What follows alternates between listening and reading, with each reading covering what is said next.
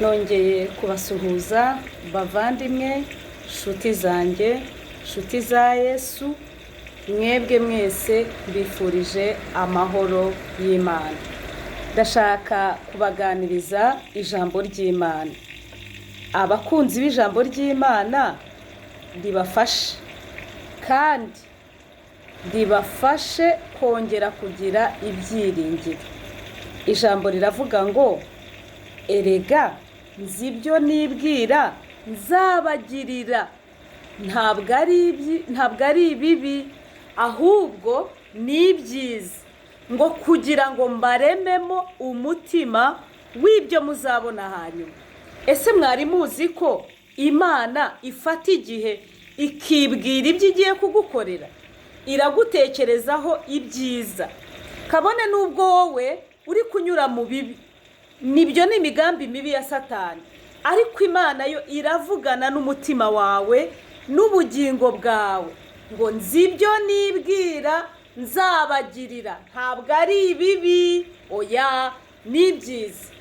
Igihe umaze uca mu bikomeye, igihe umaze uca muri ibyo bigeragezo, Imana irakubwiye ngo noneho humura, nzi ibyo nibwira nzakugirira, ntabwo ari ibibi ahubwo ni ibyiza. Ndashaka kandi kukubwira yuko intambara zose ntabwo ari ngombwa ko wowe uzirwana, zihereze uzishoboye, uwo ni Yesu. Yikoreye imitwaro yawe yose, yikoreye ibibazo byawe byose.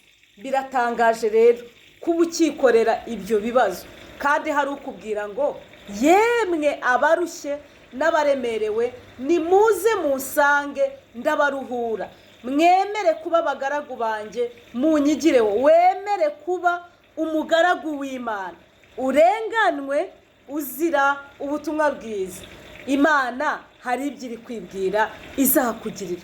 Mu yandi magambo, Imana igufitiye plani nziza. Reka kureba rero ku misozi, wireba uburebure bw'inyanja cyangwa ubugari bwayo, oya, ahubwo reba ubunini bw'Imana yawe.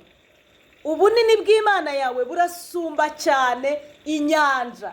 Imana iguha umugisha.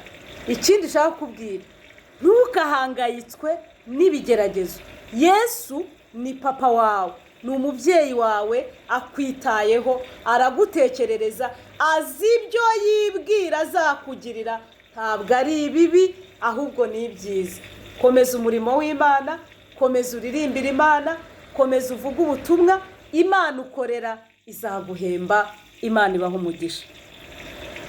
Izaduhemba iyo Mana, izaduhemba nitwakora neza, izaduhemba nitwihangana n'ukuri, izaduhemba, izaduhemba, izaduhemba. Nimureme nshuti, nimureme tuzamubona uwo mwami Yesu. Ubupfubyi ndetse n'ubupfakazi tuzaba tubisezeye. Bene data bakozi b'Imana, nimuze twiyenze kandi twitunganye, turi hafi yo kujya mu ijuru guhabwa ibyasezeranywe.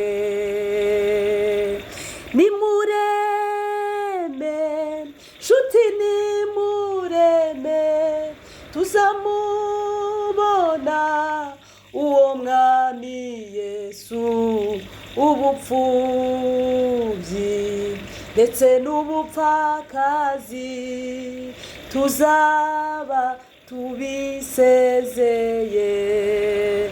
Gira ibintu usezerera, ubibwire ngo numvise ijambo ry'ubuhanuzi.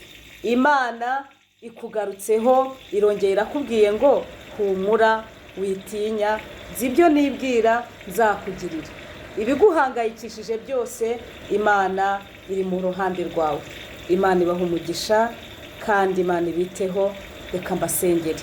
Mana Data wa twese uri mu ijuru, sengeye umuntu wese urwaye, umuntu wese uhangayitse, wihebye, ufite ibimukomereye, abarengana akarengane gakomeye, abari mu bigeragezo, abari mu ntambara, mu izina rya Yesu, abagiye kwa muganga, abagiye kubyara bagutegereje Mwami, ababyaye abana badakwije ibiro, abo bose ndabazanye mu biganza byawe. Inshuti zacu Mwami Imana turazisengeye, uzigarukeho, uziremere ibitangaza mu izina rya Yesu.